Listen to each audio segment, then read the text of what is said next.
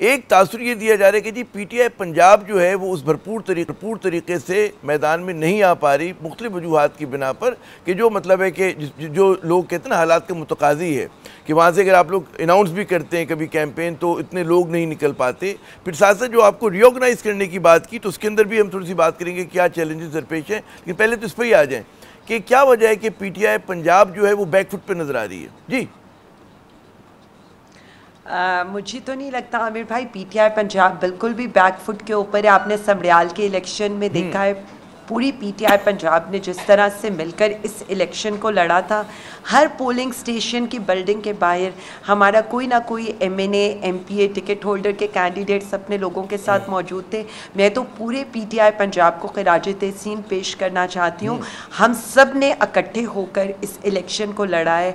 अभी तक जितनी भी मुझे कामयाबी मिली है, चाहे वो रैलियों के फॉर्म में हो, चाहे वो कन्वेंशंस की फॉर्म में हो, चाहे वो यूनियन कौंसिल लेवल पर भी हो, देखें वो पार्टी हमारे इतने मतलब हम ने बेबी स्टेप से, जब मैंने यहाँ शुरू किया तो हमने बेबी स्टेप से शुरू किया।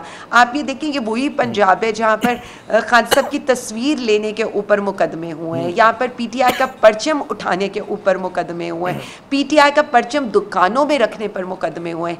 आज हम बेबी स्टेप्स लेते लेते समड़ियाल में जलसा कर गए, समड़ियाल में इतनी बड़ी मैस मोबिलाइजेशन कर गए आरओ ऑफिस के बाहर।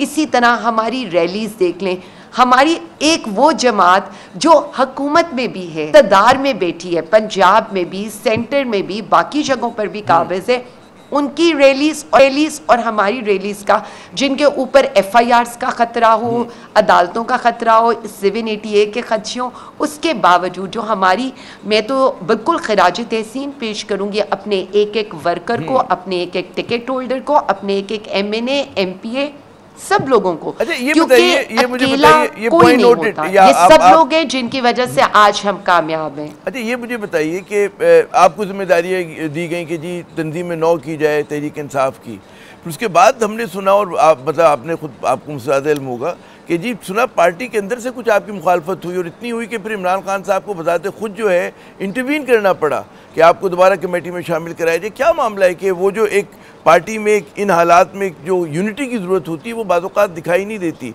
और उसमें ज़रा सा आपको ज़रा सा नहीं काफ़ी जो है फ्रिक्शन नज़र आता है।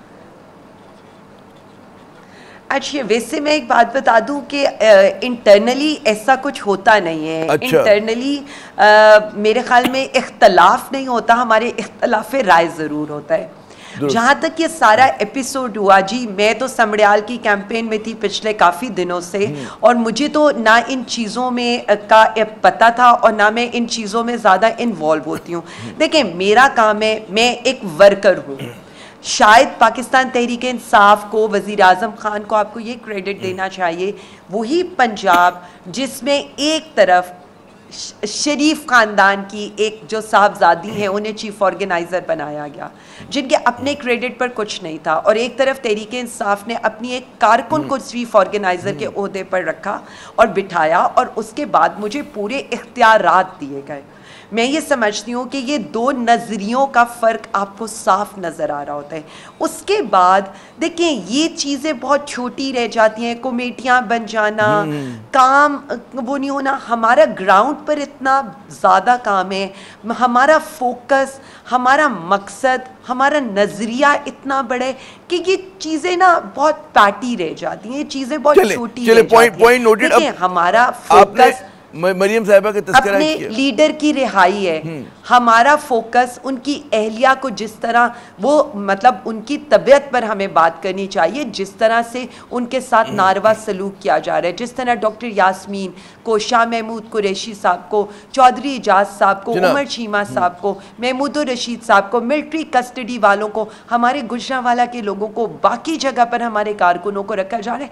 देखें जब बात एक पार्टी इतनी तकलीफ, इतने मसाइब से गुजरी हो तो ये बहुत सेकेंडरी चीजें हैं। मेरा होना ना होना, मैं किसी चीज में पॉइंट नोटेड। मैं एक आखिरी सवाल और उसके बाद कारकुन। आखिरी सवाल, अगर आप जरा आपने तकाबुल किया कि जी नून लीग ने मरियम साहिबा को जो है तंजीम 9 के लिए रखा, फिर उधर से आप सामने आई, मरियम साहिबा बतौर चीफ मिनिस्टर, अब यहाँ पे जब हम सिंध से बैठ के देख रहे होते हैं तो बाद लोग बड़ी तारीफ़ कर रहे होते हैं कि जी बड़ी फाल हैं और बड़े बड़े वो तरक्याती मनसूबे लेकर आ रही हैं, हत्ता कि मतलब पंजाब एयर लेकर आ रही हैं, फ़ज़ाई कंपनी कर रही हैं, ट्रेन का एक वो कह रही है कि जी फास्ट मूविंग ट्रेन होगी, दीगर काम होंगे। क्या मतलब ठीक है, सियासी मुखालफत अपनी जगह, कारकर्दगी के लिहाज से कैसा देख रही हैं आप उन वज़ीर आला को अपनी?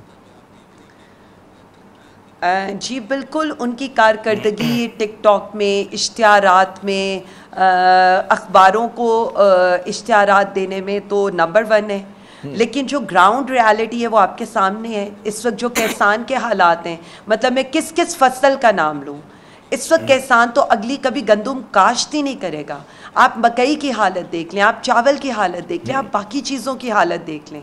आप मुझे एक ऐसी चीज़ बता दें, मतलब मैं जितनी हमारे प्रोजेक्ट्स थे जिनको ये उस्मान बुज़दार साहब पर कमेंट करते थे, मतलब आप तो उस्मान बुज़दार ट्रिपल+ हो गई ना, कि आपको उस्मान बुज़दार साहब की और पाकिस्तान तहरीक-ए-इंसाफ की हुकूमत के बनाए हुए प्रोजेक्ट्स पर अपनी तख्तियाँ लगानी पड़ी और हमने प्रूफ से ये किया है और हमने अदालतों में और उसके बाद अगर तशनगी रह गई आपसे गुफ्तगू में, मुझे कहा ही जा रहा है कि रैप अप करूं मैं इस सेगमेंट को। बहुत शुक्रिया